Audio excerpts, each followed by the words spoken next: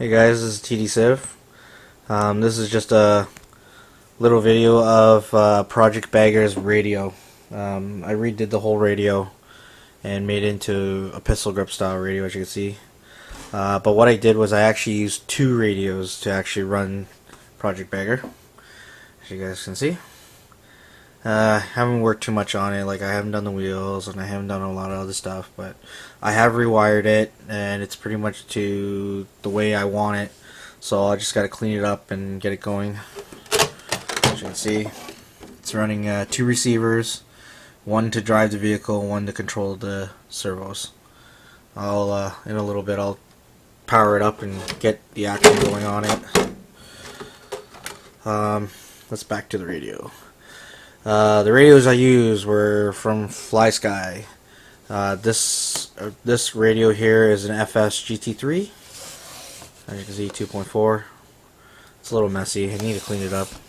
I wound up getting it on a trade, and it was just sitting around. And I was like, you know what? I need to build this radio. And I was looking around, and I seen this, and I was like, you know what? Let's just use this. So this is why I have it. What you see here, some dials here and here. These actually control the suspension, and behind it is a 3S LiPo, which powers both the radios. The radio for the suspension is one of those FlySky 2.4 6-channel aircraft radios. What I did was I gutted it and cut the circuit board up and rewired it and everything to fit right inside where the battery tray used to sit for the actual batteries for this radio. I took it right out and I actually got it all cut and actually installed in here. It's just, I have electrical tape on this and I really don't want to take it all off because I just got it together how it is right now. It's not staying like this, guys. It will look like a pro job once it's done. I just did this just so I can do some testing with it and make sure everything works. So that's why it looks like a rat's nest and, you know, ghetto job, but whatever. Like, you know, these two sets of wires here are the lockouts for the front suspension to lock it out center if I'm doing some towing or whatever. But I'm revamping the suspension on the truck, so no matter what level the suspension's in, the steering will actually work 100%. So it's still in the works. The two other channels that I used to run when I used to run just the 6-channel radio to run the truck when it was in stick, they're right here. They're going to be just accessories. I got to figure out how I want to do them. I don't know if I want to do them as dials with the potentiometers like I did to these, or if I'm going to make them 3-position switches and then just program as that way, just to have for whatever. I might do it that way just so I can turn on and off the lights on this and turn on and off this or whatever I'm doing with the truck. So it'll be nice to actually have those extra 2 channels for that, and then I have the 3rd channel still on the GT3 here for another thing if I really wanted to. So that'll be nice. So these two here are the fronts and these two here are the rears.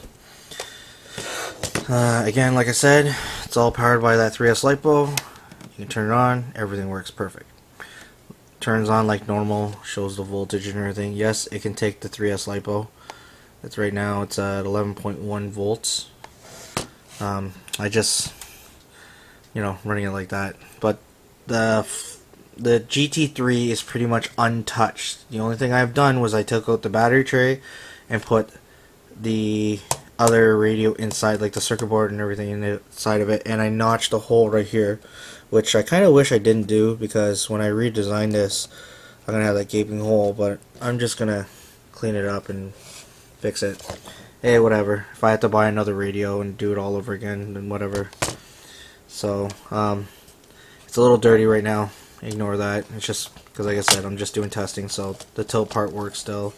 I'm going to put a new custom wheel on it. I'm going to paint the whole controller so it matches Project Bagger. Okay. Thanks again, Brandon, for the wicked paint job. Can't thank you enough. You do an awesome job. So let's turn on the truck. Just pop the body off for now because we don't need that. Again, servos in the rear. Speed controller, motor. The motor is a 13-turn motor, and the speed controller is a Turnigy 60 amp. I got it at a swap meet. I only paid $20 for the speed controller, which was cool. You know, brand spanking new in the box. Why not? I think I am going to be converting this to a full censored system, and I'm gonna probably put a slower motor in it. Even with this 13-turn, it's pretty fast with it, so it gets pretty wild. Right now I'm running a 2S LiPo.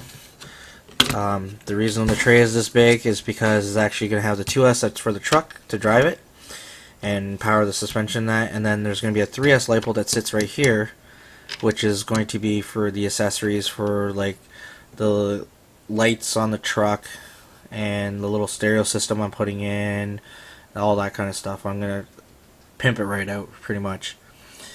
Again, chassis all custom made, you know, all, you know, it's aluminum. Yes, it's all scratched up because I actually do use it and everything. It's not a shelf queen. I drag it. I can drag it like the best with all the other bagger truck guys. Steering, as you can see. Sorry for the mess. I still haven't cleaned it up, but I'm still in testing with all this stuff. Right now, I have binding issues in the steering links. I'm gonna reflip them back so they're underneath the steering knuckle. But for me to do that, so when the truck's fully lifted to still have steering, I have to actually do some dremeling of the chassis and everything to make more clearance. It won't affect it that much anyways, how much I need to mill out. I think I need to mill like 2 mils or something like that out of it, which this chassis is really super thick. So that's good. Front and rear bumpers are still not done because I've been too lazy and I haven't talked to the guy to finish making them or anything for me. As you can see, the suspension works great. So I still have my zip tie crap and that on it, but whatever. It's not a big deal. Alright, so radio's on, as you can see. Okay, and we're going to turn the truck on. So once you turn the truck on, you're going to see it lift right up. There you go. So, we'll do the front. Let me lay this on its side. It's a little hard to control it. Moving them outwards slams the truck. See, everything's fully independent, as you can see.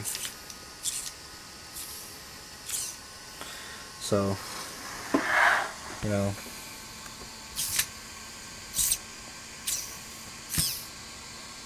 there you go. Works great, to be honest with you. I love it. Rear.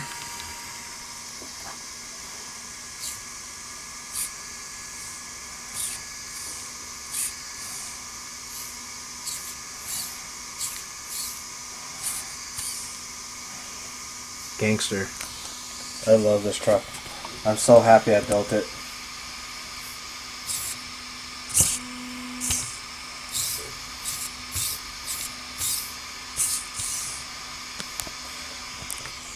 Still has full working suspension.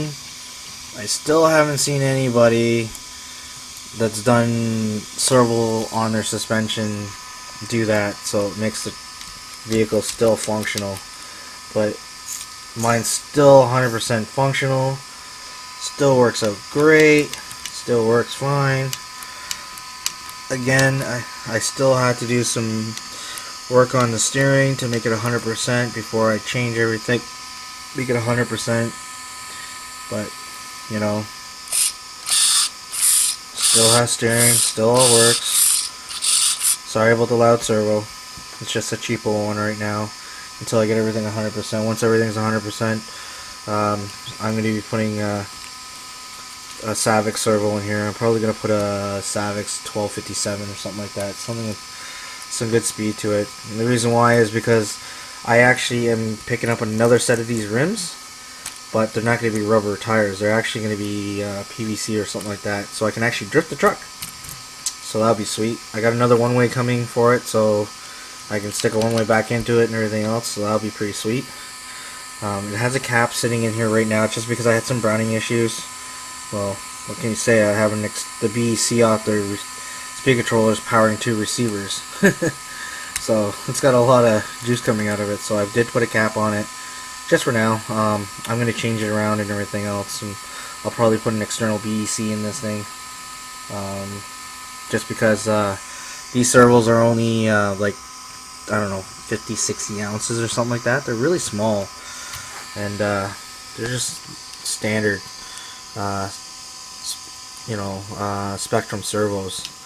But I'm probably gonna go to something again. Maybe I'll do a full set of Savix 1257s or Spectrum 6040s. I'll probably do the 6040s because they have that gray look to them, so they'll look a little bit better in the truck, because all the blue anodize you see and everything is all gonna get stripped. I don't want any colored anodize on this. Just want to make it simple and clean. So I'll probably go to those, or I'll just probably go to, like, a nice 200 ounce servo on each corner and everything, just so it has all that power and torque and everything else, because this truck is really heavy. It's a pretty heavy truck with this big chassis and everything.